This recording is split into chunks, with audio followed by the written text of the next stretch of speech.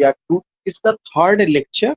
I told you I have just started a series of lectures and solving the previous year questions paper. Especially, I have taken questions, last year questions, 2023 जून 2023।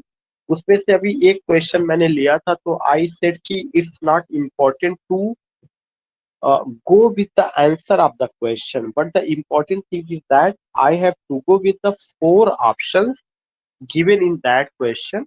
तो उसमें जो four options था, उसमें second option Ben Johnson को लेकर के बात की जा रही थी। कल भी मैंने बेन जॉनसन पे बात किया था, आज भी मैं बेन जॉनसन पे बात कर रहा हूँ। And you will come to know कि ये बहुत ही सिग्निफिकेंट पॉइंट है जिसे आज हम लोगों को डिस्कस करना है, that is related to Ben Johnson, but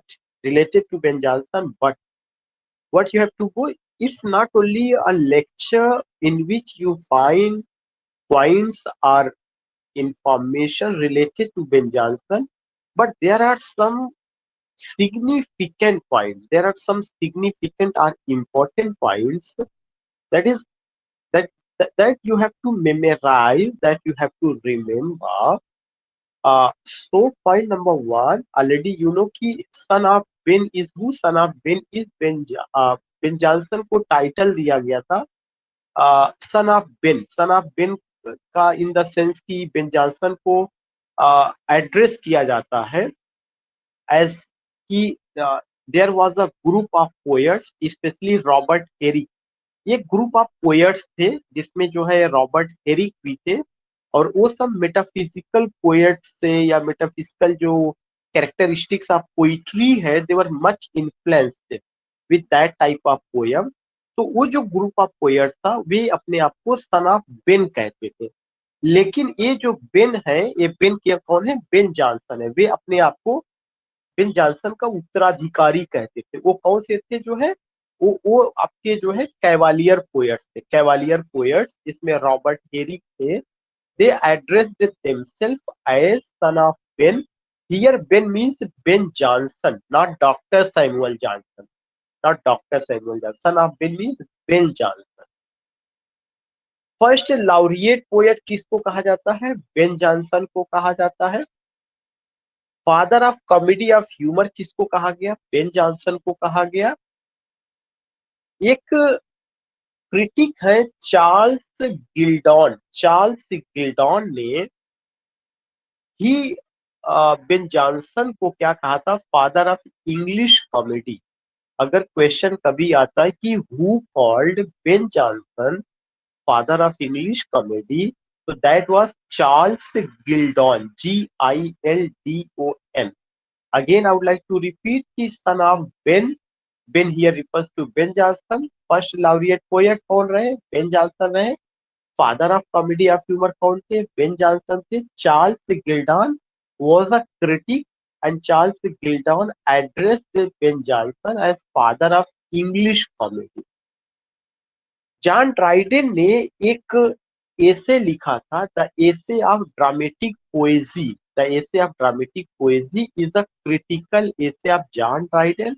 and we all know कि जो जॉन ड्राइडेन थे, ये रेस्टोरेशन एज के लीडिंग पोएट थे, और हीरोइक जो ड्रामा था या हीरोइक जो ट्रेजिडी थी, उसके भी एक पायनियर ड्रामेटिस्ट थे, और इनको एज अ क्रिटिक भी याद किया जाता है। इवन जॉन ड्राइडेन को डॉक्टर सैमुअल जॉनसन ने कहा था कि John Dryden is father of English criticism. क्यों? क्योंकि उन्होंने अपने critical essay, essay of dramatic पोएजी में बहुत अच्छी अच्छी बातें इमेजिनेशन को लेकर, फैंसी को लेकर, ट्रेजी कॉमेडी को लेकर, शेक्सपियर और उनके प्लेस को लेकर के बहुत अच्छी अच्छी बातें की थी। क्रिटिसिज्म रियली में अगर शुरू होता है इंग्लिश क्रिटिसिज्म, तो जॉन ड्राइडेन के क्रिटिकल एसे से शुरू होता है। तो John Dryden in the essay of dramatic पोएजी, कौन सा क्रिटिकल एसे था? एसे ऑफ ड्रामेटिक पोएजी में कंपेयर से शेक्सपियर टू होमर, वो शेक्सपियर की तुलना होमर से करते हैं और जॉनसन की तुलना वर्जिल से करते हैं। तो अगर कभी क्वेश्चन आता है कि जॉन ड्राइडेन ने आखिर बेन जॉनसन की तुलना किससे, he compared Ben Jonson to Virgil, in his critical essay essay of dramatic poesy. और जो एसे ऑफ ड्रामेटिक पोएजी है, ये चार लोगों के बीच में एक तरह का डायलॉग है, संवाद है। उसमें जॉन ड्राइडन अपने आप को नियंडर नाम के एक कैरेक्टर के माध्यम से प्रेजेंट करते हैं। किसके माध्यम से? नियंडर। मैं यहाँ लिख दे रहा हूँ, NEANDER, this is the name, Neander. जो नियंडर कैरेक्टर है वो जॉन ड्राइडन खुद है। तो ये चीज हमें ध्यान में रखना है। नेक्स्ट पॉइंट जो हमें ध्यान में रखना है इसी से रिलेटेड है कि as an actor, as an actor का मतलब कि जो बेन जॉनसन थे वो एक्टर थे, प्लेराइट थे और पोएट थे। एक्टर थे, प्लेराइट थे और पोएट थे। As an actor he was the protagonist. उन्होंने जो क्या किया, प्रोटेगोनिस्ट का रोल निभाया। किसमें निभाया? Hieronimo, Hieronimo in the play the Spanish tragedy. Spanish tragedy है जिसको कहा जाता है कि रिवेंज ट्रेजेडी है, और जिसे किसने लिखा था? टॉमस किड ने लिखा था।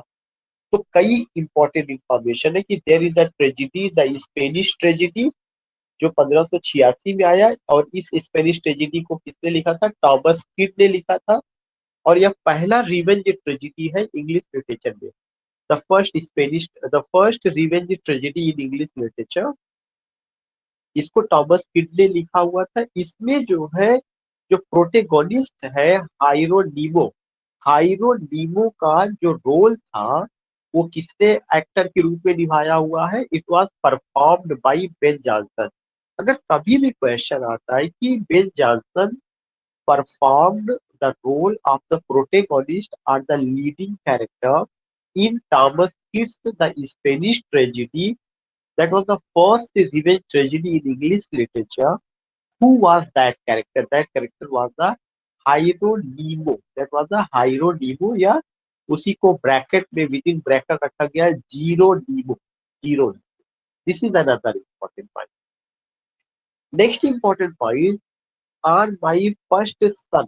उस दिन मैंने शायद स्पेलिंग मिस्टेक मैंने किया था, या मैंने प्रोनाउंसिएशन गलत बोला था। सन की जगह मैंने सॉनेट बोला था। आन माई फर्स्ट सन है, पहले सन को जो बेटा वाला स्पेलिंग है यशोयन, उसकी स्पेलिंग पहले यशो डबल एन ई लिखा जाता था। आन माई फर्स्ट सन जो है ये क्या है? It's an elegy, it's an elegy. इसका एलिजी है बेन जॉनसन का। On My First Son is an elegy composed by Ben Jonson on the death of his first son, जो उन्होंने अपने पहले बेटे की मौत पर लिखा हुआ था। और उनके बेटे की मौत किसकी वजह से हुई थी? बुबोनिक नाम का प्लेग आया हुआ था, BUBONIC, बुबोनिक प्लेग। एक बुबोनिक प्लेग आया था, उस बुबोनिक प्लेग की वजह से उनके बेटे की डेथ हो गई थी। तो on my first son is an elegy written by who? Ben Johnson. किसकी याद में लिखा गया? उनके पहले बेटे की याद में लिखा गया है, जिसकी बहुत छोटी सी उम्र में, 7 साल की उम्र में उनका डेथ हुआ था। और किसकी वजह से डेथ हुआ था? बुबोनिक प्लेग की वजह से। तो this is another important point which you have to remember. इसी लेक्चर का जो दूसरा शीट है उसमें ये बताया जा रहा है कि नेक्स्ट पॉइंट में कि इन 1598, 1598 ईस्वी में John Ben Jonson produced his first great success. Ben Jonson ने अपना पहला जो है प्ले, जो सक्सेसफुल प्ले था, उनका सबसे पहला सक्सेसफुल प्ले कौन सा था? Every man in his humour. Every man in his humour was the first successful play of Ben Johnson. उसमें उन्होंने किसके बारे में बात की है? Capitalizing on the vogue for the humours plays which George Chapman had begun with, which George Chapman had begun with Anne Humor's Day's Birth। इसका मतलब ये हुआ कि बेन जॉनसन का जो play every man in his humour है, जो 1598 ईस्वी में आया है, वो जॉर्ज चैपमैन नाम के जो राइटर थे उनके play an humours day's birth पर आधारित है। किस पर आधारित है? An humours day's birth. This is the name of the play. तो रिमेम्बर दैट, अगर कभी भी पूछा जाता है कि बेन जॉनसन का जो प्ले है, पहला successful play every man in his humour जो 1598 ईस्वी में आया है, वो किसके वर्क पर आधारित है? तो जॉर्ज चैपमैन का जो play and humours day's mirth, इसी प्ले में William Shakespeare was among the first actors to be cast.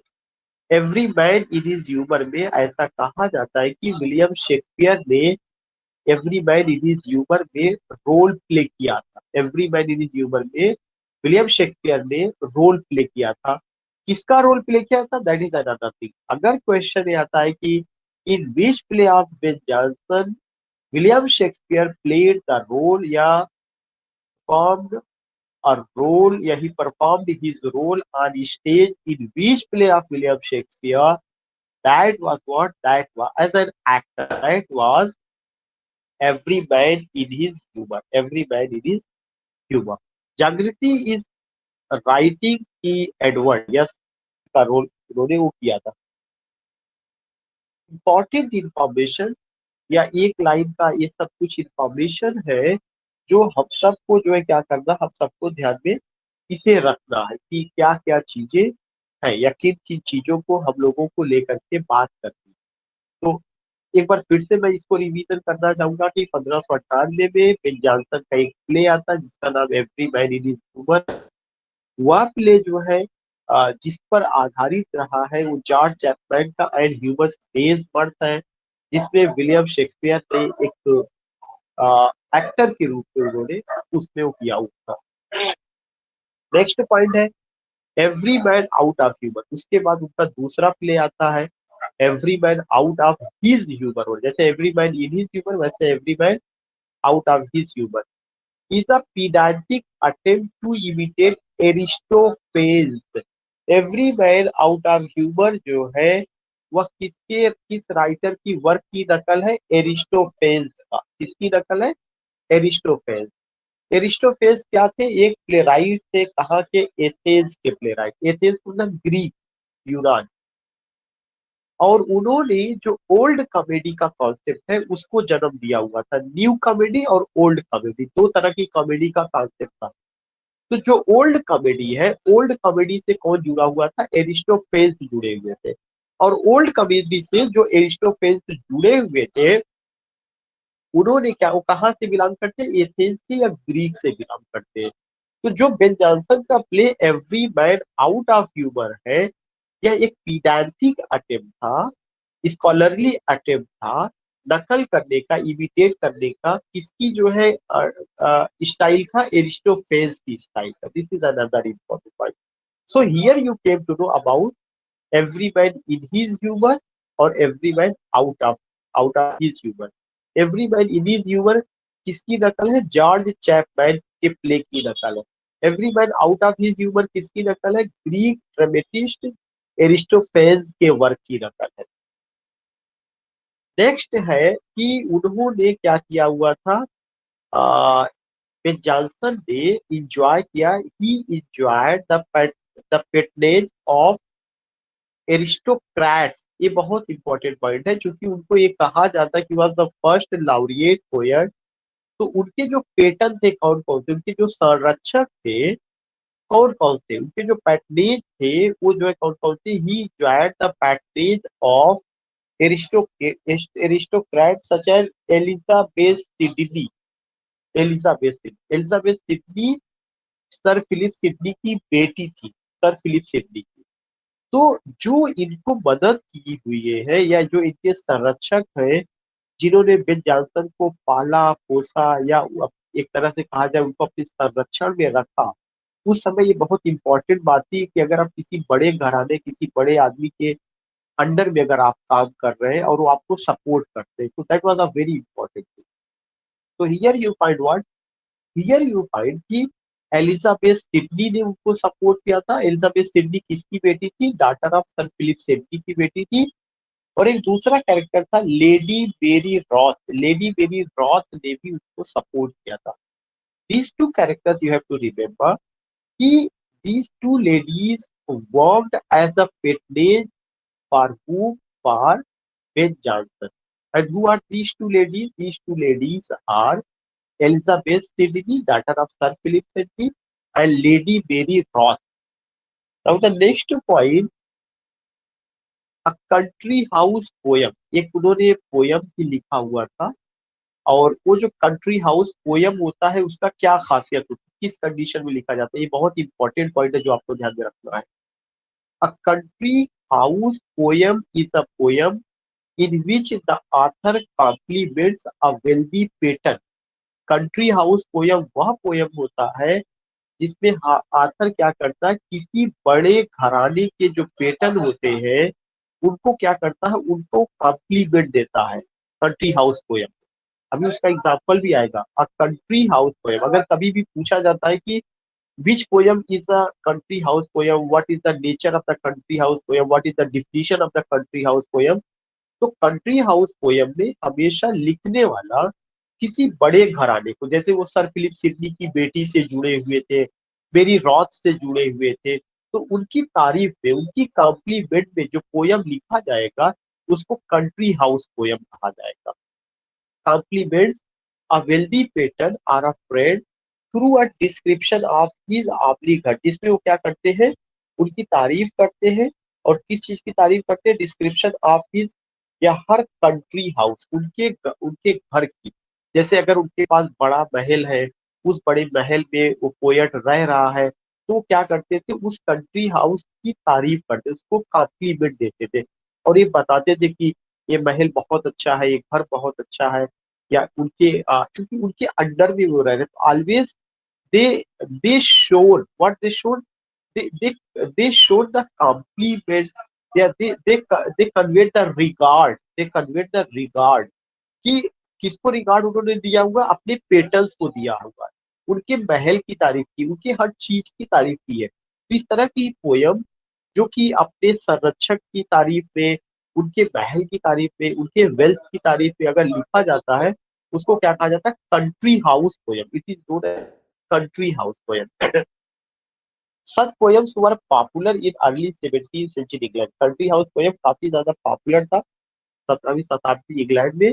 The genre may be seen as subset of the topographical poem. ये चीज बहुत इंपॉर्टेंट है.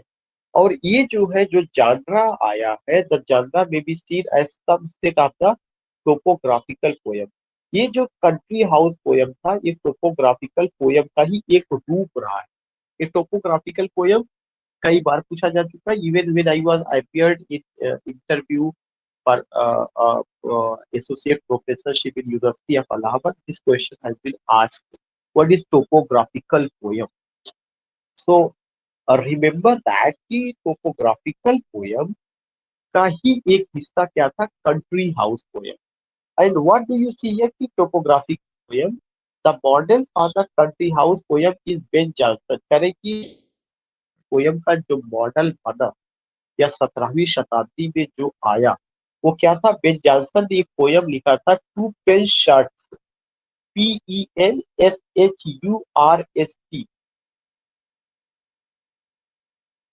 This is the name of the poem. Again I would like to erase here ताकि clear आपको लगे. Country house poem जो 17वीं शताब्दी में आया, उसमें से एक बेहतरीन पोयम किसकी रही है, बेन जॉनसन की to Penshurst, SHURST, to Penshurst, Ben Johnson का. पब्लिश इन 1660 या 1616 में पब्लिश हुआ था. इसमें किसकी तारीफ की गई थी, विच कॉम्प्लीमेंट्स रॉबर्ट सिडनी ब्रदर, जिसमें जो है रॉबर्ट सिडनी की तारीफ की गई थी. रॉबर्ट सिडनी कौन थे, brother of sir Philip Sidney थे. रॉबर्ट सिडनी की तारीफ की गई. रॉबर्ट सिडनी कौन थे, brother of sir Philip Sidney थे. और ये कहाँ पे, पेनशट क्या था, पेनशट एक प्लेस था, एक प्लेस था, एक प्लेस के, एक पैलेस आप कह सकते हैं, जहां से वो जो है उनका अपना एसोसिएशन एसोसिएटेड था वो जगह. तो उसकी याद में, उस महल की याद में, उस जगह की याद में उन्होंने क्या हुआ था, इस पोयम को लिखा था. तो अभी आपको बता ही दिया गया कि जो कंट्री हाउस पोयम होता है या किस तरह का पोयम होता है. Country house poem is a type of poem in which the friend और the patron is admired. Not only the friend and patron is admired, but his wealth, उनकी जो संपत्ति है, his palaces, His houses is also admired by the poet. और इस एक किसका जान सब जान रहा है, टोपोग्राफिकल पोइट्री का। अगला पॉइंट टोपोग्राफिकल पोइट्री ही है। तो it's a very significant point. Ben Jonson ने 17वीं शताब्दी में टू पेन शूट कर सकते, टू पेशन नाम का जो है उन्होंने क्या किया था, एक पोयम लिखा था जिसमें उन्होंने रॉबर्ट सिडनी की तारीफ की। रॉबर्ट सिडनी कौन थे, सर फिलिप सिडनी के भाई एक थी। और उन्होंने जो पेशरूट है, पेशरूट क्या था, यह एक प्लेस था।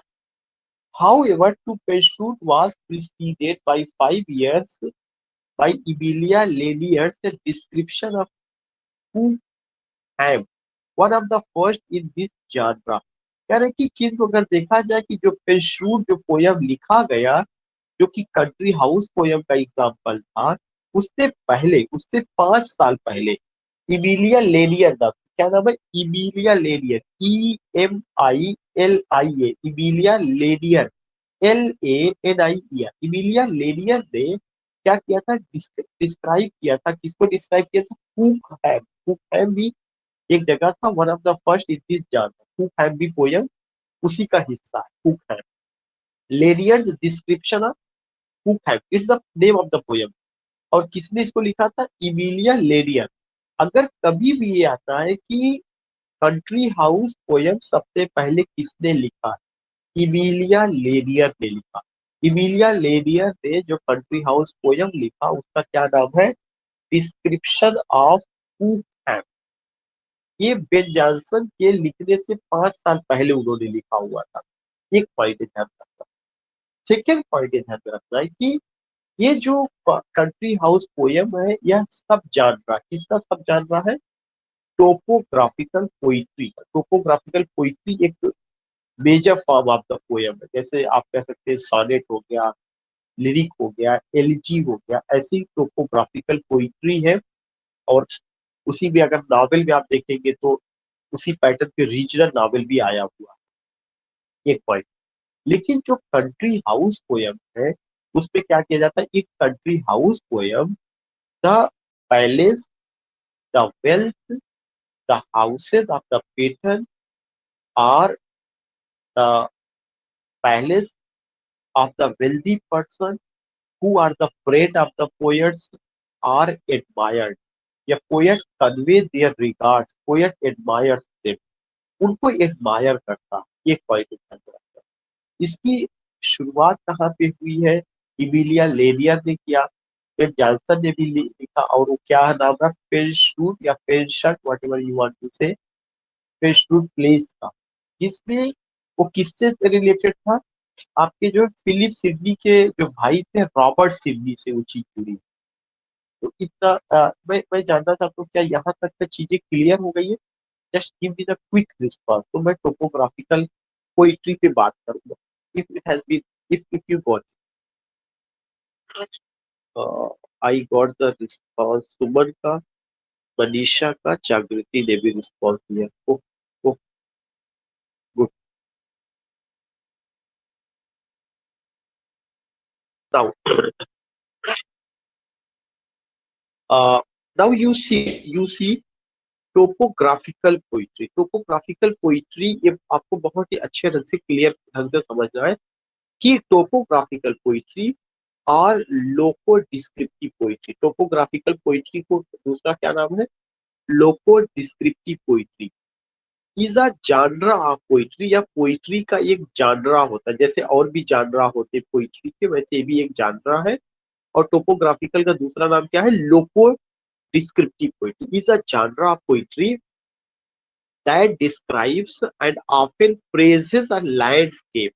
इसमें जब शुरू में टोपोग्राफिकल पोइट्री लिखा गया तो ज्यादातर जो रूरल इंग्लैंड था, जो कंट्री साइड इंग्लैंड था, वहां की चीजों को लेकर के इसको लिखा गया, वहां की ब्यूटी की तारीफ की गई है। तो it describes and often praises a landscape और प्लेस। इसमें लैंडस्केप की तारीफ की गई, प्लेस की तारीफ की गई। इसका एक एग्जाम्पल अगर आप देखेंगे, जॉन डेनहम का एक पोयम है जो 1642 में उन्होंने लिखा था, कूपर हिल। क्या लिखा था, Cooper hill. Cooper Hill is an example of topographical poetry. So in topographical poetry, the particular place as the mountain, as the river, as the natural beauty भी कहा जा सकता है, या रूरल जो इंग्लैंड है, या रूरल जो एरिया था, उसका जो है तारीफ किया गया था, जिसमें से एक आपका क्या है, जॉन डेनहम जो राइटर है, इन्होंने कूपर हिल नाम का एक पोयम 1642 में लिखा, Establish the genre, which peaked in popularity in the 18th century England. बाद में जॉन डेनहम की इसी स्टाइल को लोगों ने फॉलो किया, और 18वीं शताब्दी में बहुत सारे लोगों ने टोपोग्राफिकल पोयम लिखा। अलेक्जेंडर पोप जैसे पोएट ने लिखा। अलेक्जेंडर पोप जबकि क्या थे कि वो country side beauty, natural beauty या रूरल इंग्लैंड, इन सब पे वो विश्वास नहीं करते थे। उनकी पोयम में जो है ज्यादातर जो है सिटी कल्चर, पोर्टली मैनर, ये सब चीजें। लेकिन अलेक्जेंडर पोप का एक पोयम है विंड द फॉरेस्ट, जो 1713 में आई है। जॉन डायर्स का ग्रॉन्जर हिल 1726 में आई है। मैथ्यू अर्नोल्ड ने अपने स्कॉलर जिप्सी में ऑक्सफोर्ड यूनिवर्सिटी का जो एरिया है उसकी तारीफ किया, उसकी ब्यूटी, उसके माउंटेन्स वगैरह को। इसी तरह से डब्ल्यू एच ऑर्डेन ने in praise of lime stone नाम का पोयम 1948 में लिखा। ये सब का सब किसका एग्जाम्पल है? टोपोग्राफिकल पोइट्री का। अब आपको क्या करना है, अब आपका जो यूजीसी नेट में जो क्वेश्चन आएगा, केवल यही नहीं पूछा जाएगा कि टोपोग्राफिकल पोइट्री क्या है, या जो है कंट्री हाउस पोयम क्या है। No, not at all. सबसे ज्यादा जो क्वेश्चन पूछे जाने की उम्मीद है वो यही होगा, ये सारी पोयम का नाम दे दिया जाएगा, एक तरफ पोयट एक तरफ पोयम। और जैसे अलेक्जेंडर पोप का विद द फॉरेस्ट है, अब हो सकता है हमने सुना भी हो या हम लोगों ने ना भी सुना हो। उन्होंने क्या किया, टोपोग्राफिकल से रिलेटेड 4 पोयम दे दिए, 4 पोयम दे दिए, और कहे कि इसको क्रोनोलॉजिकल ऑर्डर में आप लिखिए, या ये दे देंगे कि इसका मैचिंग मिसमैचिंग करके। तो आपको ये चीज यहाँ पे बहुत ध्यान से पढ़ना है कि अलेक्जेंडर पोप का कौन सा पोयम, विद द फॉरेस्ट 1713 में, जॉन डायर का ग्रॉन्जर हिल 1726 में, मैथ्यू ऑर्नोल्ड का scholar Gypsy, W H ordained का इन प्रेस ऑफ लाइम स्टोन। इनका डेट भी आपको ध्यान में रखना है, ताकि ये पता हो कि ये सारी पोयम टोपोग्राफिकल पोइट्री के अंतर्गत आती है, और इसके ये राइटर है, और इस समय ये पब्लिश हुआ। तो टोपोग्राफिकल पोइट्री में क्या रहा है, इसको हम लोको डिस्क्रिप्टिव पोइट्री भी कहते हैं। It's a genre of poetry that describes and often praises a landscape or place, a landscape or place।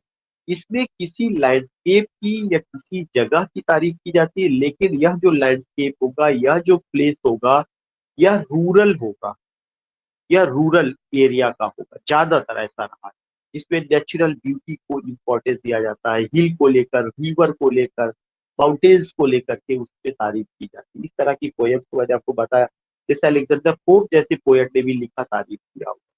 तो just give me your quick response की ये चीजें समझ में आ गई। तो अगली शीट पे चले।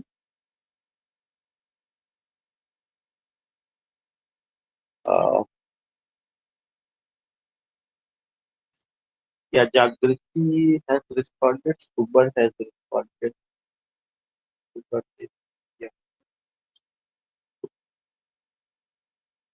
Good. So we are getting here कि नेक्स्ट एक और तरह का पोयम होता है जो उसी से जुड़ा हुआ है, जिसे हम क्या कहते हैं, प्रोस्पेक्ट पोयम कहते हैं। एक्चुअली में जब हम उसकी तैयारी कर रहे हैं, तो उससे जुड़ी हुई जितनी चीजें हैं, जब उन सबका आपको स्टडी हो जाएगा, तो आप लिंक करना शुरू कर देंगे। कंट्री हाउस पोयम में क्या होता था, कंट्री हाउस पोयम के अलावा टोपोग्राफिकल पोयम या लोको पोयम या लोको पोइट्री था, उसमें क्या होता है। अब उसी से जुड़ा हुआ एक और पोयम कौन सा है, प्रोस्पेक्ट पोयम। प्रोस्पेक्ट पोयम क्या होता है, topographical poetry, specially the prospect poem. Prospect poem is अ सब जानरा इट्स अ सब जानरा ऑफ टोपोग्राफिकल पोइट्री का ही सब जानरा प्रॉस्पेक्ट पोयम होता है, moved from the scientific and geographical description. जब पोयम में साइंटिफिक और जियोग्राफिकल डिस्क्रिप्शन किया जाने लगा तब उस पोयम को क्या कहा गया, प्रॉस्पेक्ट पोयम कहा गया। पहले जो टोपोग्राफिकल पोइट्री होता था उसमें केवल किसी जगह का क्या किया गया, किसी जगह के हिल का, माउंटेन का, उसकी नेचुरल ब्यूटी पर बहुत ज्यादा ध्यान दिया जाता था। लेकिन बाद में नेचुरल ब्यूटी की जगह पे क्या किया गया, उस जगह को साइंटिफिक पर्सपेक्टिव से जियोग्राफिकल डिस्क्रिप्शन का इंपॉर्टेंस दिया गया। तब उस पोयम को क्या कहा गया, प्रॉस्पेक्ट पोयम कहा गया। तो topographical poetry specially the prospect poem moved from moved from the scientific and geographical description to become a venue for personal historical। एक एक चीज मैंने थोड़ा सा मिस इंटरप्रेट किया, सॉरी फॉर दैट, कि जियोग्राफिकल और साइंटिफिक इंटरप्रिटेशन को छोड़ करके उस जगह का, जो जगह थी, उस जगह का जब हिस्टोरिकल और उसका मेडिटेटिव थॉट को लेकर के जब बात की जाने लगी तब वह प्रॉस्पेक्ट पोयम हो गया। जब उस जगह की हिस्टोरिकल पॉइंट ऑफ व्यू से बात की जाने लगी, साइंटिफिक और जियोग्राफिकल पर्सपेक्टिव को छोड़ करके हिस्टोरिकल पॉइंट ऑफ व्यू से और मेडिटेटिव थॉट को लेकर के बात की जाने लगी, तब वह पोयम क्या बन गया, प्रॉस्पेक्ट पोयम। तो ध्यान में रखना है कि जो प्रॉस्पेक्ट पोयम है उसमें historical background of that place और वहां से जुड़े हुए जो मेडिटेटिव थॉट है, जो तमाम उसको उस जगह को देख के जो विचार आपके मन में आते हैं, उनको जो है जब आप इम्पोर्टेंस देते हैं, then that poem become the prospect poem.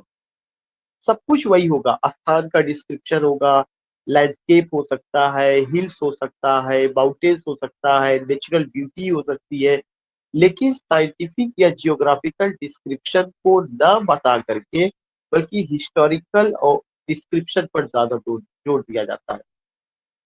Bridge ब्रि या उसके बाद एक राइटर है ब्रिगिटी प्यूकर। ब्रिगिटी प्यूकर कहते हैं, describe that nature in the topographical poem is not a medium of human transcendence or transformation, but rather an emblem or mirror of the preambulatory figure in the foreground of man as man। यानी कि जो topographical poem है उसमें चीजों को as it is रखा जाता है। उसमें जो है, जो नेचुरल चीजें हैं वे क्या करती है, वे मीडियम नहीं बनती है कि वे ह्यूमन इमोशंस को, ह्यूमन फीलिंग्स को एक्सप्रेस करने का कोई मीडियम बने, तो नॉट एट ऑल। उनको बल्कि कैसे प्रेजेंट किया जाता है, as it is they are presented. How do you see them, what the beauty do you find, they are presented in the same way. उसके बाद उन्होंने कहा the prospect will see through the muse और imagination provides an escape from time and reality. कभी कभी ये होता है कि जब प्रॉस्पेक्ट पोयम में म्यूज का जिक्र होता है या इमेजिनेशन के थ्रू उसको प्रेजेंट किया जाता है, तो उसमें क्या होता है, एस्केप फ्रॉम टाइम, फिर हम टाइम से और रियलिटी से बहुत ऊपर चले जाते हैं, फ्रॉम टाइम और रियलिटी से बहुत ऊपर चले जाते हैं, टाइम और रियलिटी का हम ध्यान नहीं रखते, फिर एक इमेजिनेटिव दुनिया में भी जा सकते हैं, उसको फेरी लैंड के रूप में भी तब्दील कर सकते हैं। Shift in tense are often a characteristic of prospect poem. ये एक इंपॉर्टेंट पॉइंट है कि बहुत तेजी के साथ टाइम का टेंस का चेंज होना, शिफ्ट इन टेंस, बहुत तेजी के साथ उसमें शिफ्टिंग ऑफ द टाइम दिखाया जाता है। यह एक जो है क्या है, प्रॉस्पेक्ट पोयम का ये खासियत रही है। तो रिमेंबर दैट कि when we talk about prospect poem, yeah, when we talk about topographical poem, so what is the difference कि टोपो prospect poem में we emphasis, या the writer who writes the prospect poem, he emphasis when he emphasis the historical background of the place, number one point, and shifting in tense is another important point, shifting in tense is another important point जिसमें वो करता है। तो ये चीजें रही है। ऐसा इसकी इतनी सारी बातें क्यों आई है, क्योंकि टोपोग्राफिकल पोयम या से जुड़ी हुई चीजें बेन जॉनसन ने लिखा, तो उससे जुड़ा हुआ जितना भी चीजें, प्रोस्पेक्ट पोयम, टोपोग्राफिकल पोयम या और भी जो इस तरह का पोयम था, हमें एक साथ बात करनी पड़ी है। बेन जॉनसन के समय में, जो क्योंकि वो जिस एज से बिलोंग करते हैं वह जैकोबियन एज और कैरोलिन एज था। बेन जॉनसन के समय में एक पॉलिटिकल इवेंट हुआ था, राजनीतिक घटना हुई थी, एक कॉन्स्पिरेसी हुआ था, जिसको गन पाउडर प्लॉट कहा जाता है। ये भी पॉइंट पूछा जा चुका, हो सकता है कि आप जानते हो काफी अच्छे ढंग से इसको। तो गन पाउडर प्लॉट क्या था, उससे रिलेटेड चीजें हमें समझना है। ये एक की हत्या की करने की, लेकिन लोग सफल नहीं हो पाए थे, क्योंकि उस समय जो है प्रोटेस्टेंट और कैथोलिसिज्म में पूरा दरबार या पूरा लोग डिवाइड थे। तो यू फाइंड कि द गन पाउडर, एक गन पाउडर एक प्लॉट है। प्लॉट का मतलब क्या था, एक योजना या षड्यंत्र बनाया गया था। ये घटना कब घटित हुई थी, 1605 में। Number one point, the gun powder plot occurred in 1605, number one point. In earlier centuries often called the gunpowder treason plot, इसको दूसरा नाम क्या दिया गया था, गन पाउडर ट्रीजन, क्योंकि इसमें गन पाउडर का इस्तेमाल किया गया था। और इसी का दूसरा नाम क्या था, जीस्वीट ट्रीजन। जीस्वीट ट्रीजन, जीस्वीट वह आदमी था जिसने इस तरह के प्लान को बनाया था। Or the Jesuit treason was a failed assassination attempt against King James first. King James first की हत्या करने का एक असफल प्रयास किया गया था, किसके द्वारा, जेसुइट के द्वारा। और जो उन्होंने वो असफल प्रयास किया था, उसमें उन्होंने गन पाउडर का यूज किया हुआ था। और हमें पता है कि जो जेम्स फर्स्ट थे, वो क्या थे, James first queen Elizabeth first के बाद इंग्लैंड के जो राजा बने वो जेम्स फर्स्ट थे। जो टाइमिंग था वो क्या था, 1603 से लेकर के 1625 तक रहा था, 1603 से 1625 तक। तो उसको हत्या करने के लिए, अब आप देखिएगा इसी के तुरंत बाद 1649 में चार्ल्स फर्स्ट की हत्या हुई। फिर 1688 में ब्लडलेस रिवॉल्यूशन होता है, उसमें बगैर किसी खून खराबे के जो है गद्दी से उतार दिया जाता है चार्ल्स सेकंड को। व्हाट आई वांट टू से, तीन घटनाएं, gun powder plot, assassination of Charles First in 1649, bloodless revolution in 1688। ये तीन घटनाएं आपको ध्यान में रखना है। उससे आपको लिंक कर लेंगे। गन पाउडर प्लांट में किसकी हत्या का प्लान बनाया गया, जेम्स फर्स्ट की हत्या का। एसेसिनेशन ऑफ चार्ल्स फर्स्ट कब हुआ था, 1649 से। ब्लडलेस रिवॉल्यूशन कब हुआ था, के टाइम में हुआ था। तो in this way you will be able to understand कि कब है, कौन से किंग थे, क्या उसका पर्पस था। तो गन पाउडर प्लांट को जेसुइट ट्रीजन भी कहा गया। जेम्स फर्स्ट को मारने के लिए प्लान बनाया गया। क्यों, ये लोग जो मारने वाले थे वे लोग क्या थे, अ ग्रुप ऑफ इंग्लिश कैथोलिक। ये लोग इंग्लिश कैथोलिक थे, लेड बाय रॉबर्ट कैट्सबी। उनका लीडर कौन था, रॉबर्ट कैट्सबी था। who sought to restore the Catholic monarchy, जिसका पर्पस था कि वह कैथोलिक मोनार्की को रीस्टैब्लिश करना चाहता था इंग्लैंड में, after decades of persecution against Catholics. क्योंकि जो किंग थे प्रोटेस्टेंट थे, उनके सपोर्टर प्रोटेस्टेंट थे, इस वजह से वो राजा के खिलाफ हो गए थे। और रोमन कैथोलिक को जो है, या कैथोलिक मोनार्की को, या ऐसा राजा जो कैथोलिक को सपोर्ट, उसको इस्टेब्लिश करने के लिए इंग्लैंड में उन लोगों ने एक प्लान बनाया। और उस षड्यंत्र का नाम क्या दिया गया, gun powder treason. Gun powder treason plot, Jesuit treason, जिसका लीडर कौन था, रॉबर्ट कैट्सबी थे। और वो उनका जो पर्पस था वो सफल नहीं हो पाया। तो ये भी एक घटना बेन जॉनसन के समय में हुई थी, जो आपको ध्यान में रखना। अब उसके बाद एक और चीज आता है कि जॉनसन के समय में ही, अगर आप देखेंगे, शेक्सपियर के ड्रामा का फर्स्ट फोलियो आता है। तो उसको क्यों मैं यहाँ पर रख रहा हूँ, क्योंकि वह उनके एज से जुड़ा है, या उससे वो भी जुड़े हैं किसी न किसी तरह से। कैसे जुड़े हैं, अभी मैं आपको बताऊंगा। कि जो पहला उनका जो सानेट, अभी जो मैं एलिजी जो मैं पढ़ रहा था, वो एलिजी इसी में आया हुआ था। फर्स्ट फोलियो कब आया था? 1623 में आया था। फर्स्ट फोलियो जो है ये क्या था? मिस्टर विलियम शेक्सपियर की कॉमेडीज को, हिस्ट्रीज को और ट्रेजिडीज को शामिल किया गया। टोटल उन्होंने कितना प्ले लिखा है? 37 लिखा है। फर्स्ट फोलियो में कितना आया है? 36 आया है। एक प्ले को ओमिट किया गया था। कौन सा वो प्ले था? पेरिक्लिस को ओमिट किया गया। फर्स्ट फोलियो में जो प्ले ओमिट किया गया उसका नाम क्या था? पेरिक्लिस। तो मिस्टर विलियम शेक्सपियर का कॉमेडीज का histories and tragedies is a collection of plays by William Shakespeare, commonly referred to by modern scholars as published in 1623, about years after Shakespeare's death। 1616 में शेक्सपियर की मौत हुई। उनकी मौत के 7 साल बाद फर्स्ट फोलियो आया। It is considered one of ever publish, printed in folio format. अब आपको सबसे पहले तो यही जानना है कि व्हाट इज फोलियो। ऐसा नहीं है कि फर्स्ट फोलियो के बारे में you don't know, even you know what is first folio. Why there is a word folio printed in a folio format?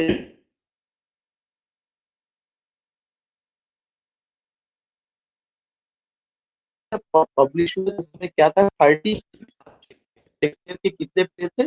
36 थे। इट वॉज प्रिपेयर्स कॉलीग्स,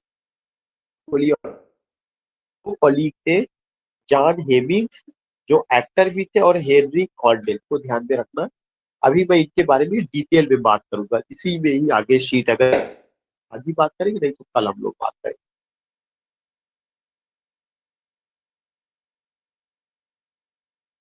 1623 में आया। किसके द्वारा प्रिपेयर किया गया? जॉन हेमिंग और हेनरी कॉर्डेल, ये शेक्सपियर के कलीग थे। ये दो नोन एक्टर थे। और जो पहला फोलियो था, ये टू द इवेरेबल पेयर ऑफ पेयर ऑफ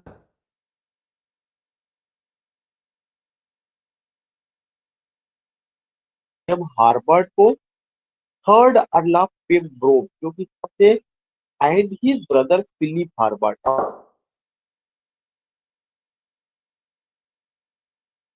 तो अर्ल ऑफ बेटरी, पेम्ब्रोक पेम्ब्रोक थे। तो you come to know here कि फर्स्ट फोलियो दो लोगों ने मिल करके तैयार किया और हेनरी कॉन्डेल ने तैयार किया। लेकिन इसको किसको डेडिकेट किया गया? तो it was dedicated to the incomparable pair of brother, को जो ब्रदर का plural, brother, not in the sense कि यू कैन जस्ट अंडरस्टैंड कि ब्रदर विलियम हार्वर्ड जो था, और उनके अपने जो भाई थे फिलिप हार्वर्ड, जो अर्ल ऑफ बर्ड के जियोमेट्री थे। Later in fourth earl of Pembroke बने। Although 19 of Shakespeare's plays had been published in Quarto before 1623, एक और इंफॉर्मेशन मिला कि 1623 ईस्वी में जो पहला फोलियो आया, उससे पहले शेक्सपियर का 19 प्ले पब्लिश हुआ था। किसमें पब्लिश हुआ था? क्वार्टो में पब्लिश हुआ। तो अब हमें जानना ये जरूरी है कि दो टर्म आया, फोलियो क्या है, क्वार्टो क्या है। क्वार्टो जो 19 में जो पहला प्ले आया हुआ था, वो इन द फर्स्ट फोलियो जिस प्ले को ओमिट किया गया वो कौन सा प्ले था? पेरिक्लिस था। In the first folio the play which was omitted, that was what? That was the Pericles. तो when we talk about folio और क्वार्टो, तो फोलियो और क्वार्टो क्या है? किताब का जो पब्लिशिंग का जो आकार होता था, कितना पेजेस पब्लिश होता था, कैसे होता था, वो सब भी चीजें होती, उसको लेकर के बात। तो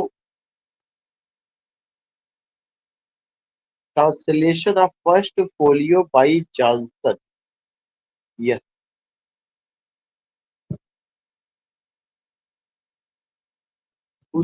सही की वॉइस इज ब्रेकिंग। क्या आवाज सबको ब्रेक हो रही है मेरी, या क्लियर? Just respond.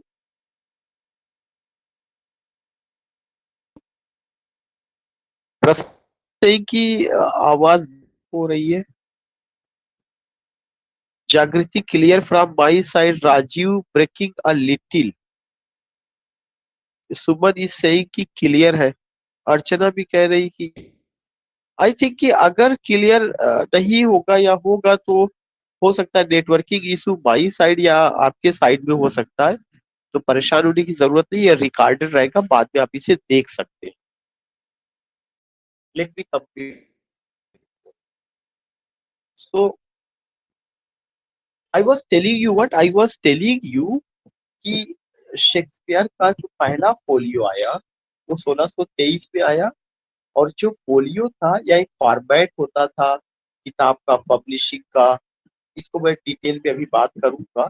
लेकिन ये जो फोलियो तैयार किया गया, किसके द्वारा तैयार किया गया? शेक्सपियर के जो कलीग थे जॉन हेमिंग और हेनरी कॉन्डेल के द्वारा तैयार किया गया था। किसको ये डेडिकेट किया गया था? William हार्बर्ट, third earl of Pembroke को, और उनके ब्रदर फिलिप हार्बर्ट जो कि फोर्थ अर्ल ऑफ पेम्ब्रोक बने थे। और इससे पहले शेक्सपियर का 19 प्ले का कलेक्शन क्वार्टो में आया था। तो मैं एक और लास्ट पॉइंट लेने जा रहा हूँ कि क्वार्टो क्या होता है, फोलियो क्या होता है। हो सकता है फोलियो कल मैं एक्सप्लेन करूँ, क्योंकि इस सीट पर क्वार्टो नजर आ रहा है, तो मैं इस सीट पर क्वार्टो का बात करूंगा। और जो इसके अलावा जो शीट मैंने आपसे शेयर किया है, जो रिमेनिंग शीट रहेगा, इसकी आप सेल्फ स्टडी कर लीजिएगा। और जो मैंने पहला लेक्चर लिया था, जो मैंने दूसरा लेक्चर लिया था, उसका भी पीडीएफ आज मैंने ग्रुप पे भेज दिया है, उसका भी पीडीएफ मैंने भेज दिया है, तो वो चीजें आप वहां से ले सकते हैं। नेक्स्ट पॉइंट क्या है कि क्वार्टो क्या होता है? क्वार्टो को एब्रीविएटेड Q2 या 4-2 और 4 डिग्री करके, क्वार्टो को जो एब्रीविएशन में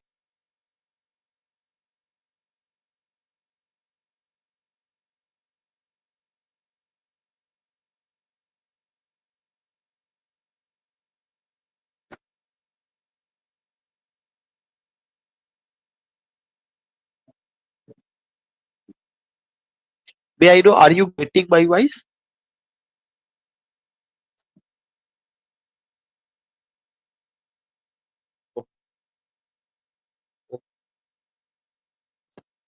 सो कैमरा मैंने ऑफ कर दिया, हो सकता है कि पुअर नेटवर्क को साफ आवाज ना जा रही हो, इसलिए कैमरा ऑफ कर दिए। सो आई वाज टेलिंग यू कि जो क्वार्टो है या एब्रीविएटेड होता है, क्वार्टो का शॉर्ट फॉर्म क्या होता था? Q2, या कभी कभार 4-2 लिखा जाता था, या 4-0 ऊपर करके, या degree. Is the format of the book होता था। ऑल्टो एक तरह का फॉर्मेट ऑफ द बुक होता था, बुक का फॉर्मेट या का format produced from full sheet से प्रिंटेड। इसमें क्या होता था, एक शीट ली जाती थी और उस शीट को पूरा प्रिंट किया जाता था, और उसमें एक साथ 8 पेजेस निकलते थे। कितना pages? 8 pages, 8 pages of text. जब 8 पेज का एक शीट होता था, लेकिन उस एक शीट से कितने पेजेस निकलते थे? 8 pages of text. 4 to a side, एक साइड पे 4 बनाया जाता था, तब उसको देन फोल्डेड ट्वाइस, तब उसको 2 बार फोल्ड किया जाता था टू प्रोड्यूस 4 लीव्स।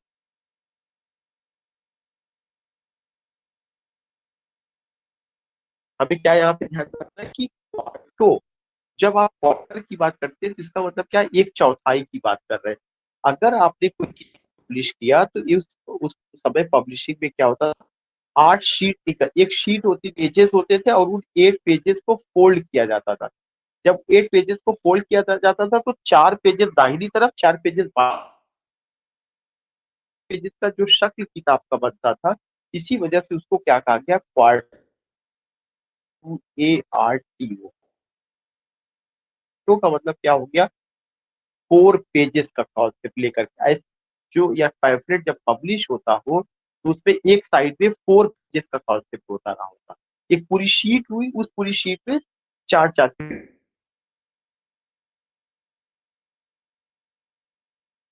तो उसको क्या किया जाता है, जिसको फोल्ड किया जाता है ट्वाइस टू प्रोड्यूस 4 लीव, ताकि लीव्स उसके 4 लीव। बताया कि the leaves ribbed allows the folds to produce 8 book किया जाता था। Each printed pages present as one fourth size. Printed pages में क्या होता था, फोर्थ साइज उसका होता था, आपका फुल शीट, पूरे फुल शीट का फोर्थ साइज होता था। The earliest known European printed book is the quarto. सबसे पहले जो किताब यूरोप में क्वार्टो के फॉर्म में पब्लिश हुई है, उस किताब का क्या नाम है, साइबिलेट बच, साइबिलेट बुच करके, साइबिलेट, SIBYNNENBUCH, believed to printed by Johannes Gutenberg. Johannes Gutenberg ने इसको पब्लिश किया था 1452 और 53 में, और वह किताब किसके फॉर्म में आई थी, क्वार्टो के फॉर्म में आई थी।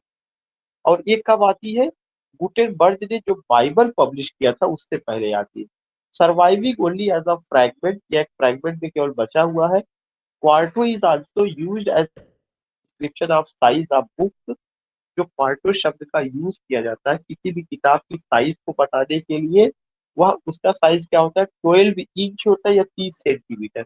अगर किसी किताब का साइज जो है 12 इंच है या 30 सेंटीमीटर है, तो वह क्या होगा, वह किताब क्वार्टो के फॉर्म में प्रिंट होकर के आई हुई है। तो ये चीज ध्यान में रखिएगा, उसका क्या होता है, 12 इंच या 30 centimetre. And as such it does not actually indicate the printing format of the award। you find कि जो क्वार्टो है या किताब का एक फॉर्मेट होता, तो उसी फॉर्मेट को प्रिंट किया जाता, उसमें एक शीट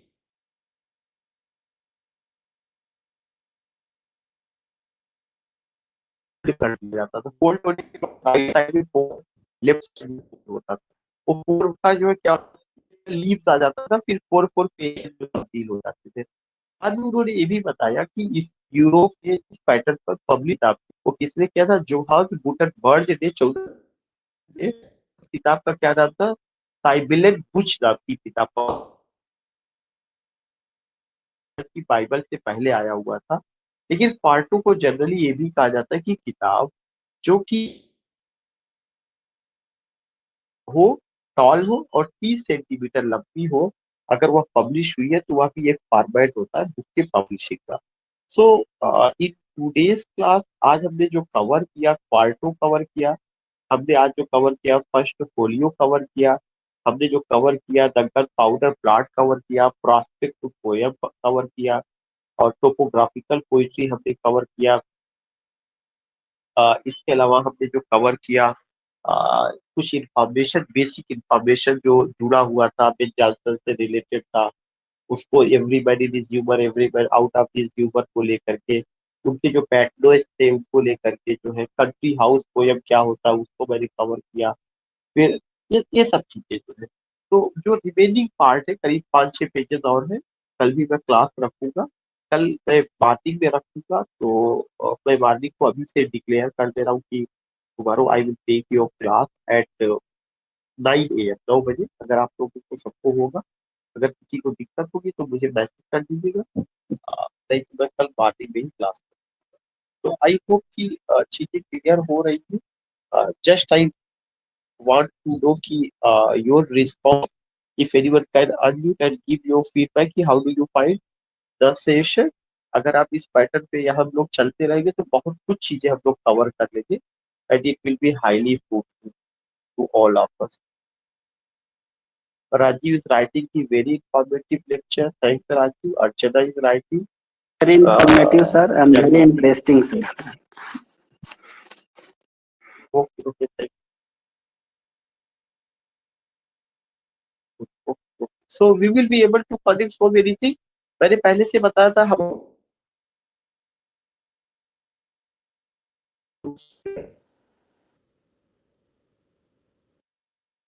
ठीक है, तो meet you tomorrow।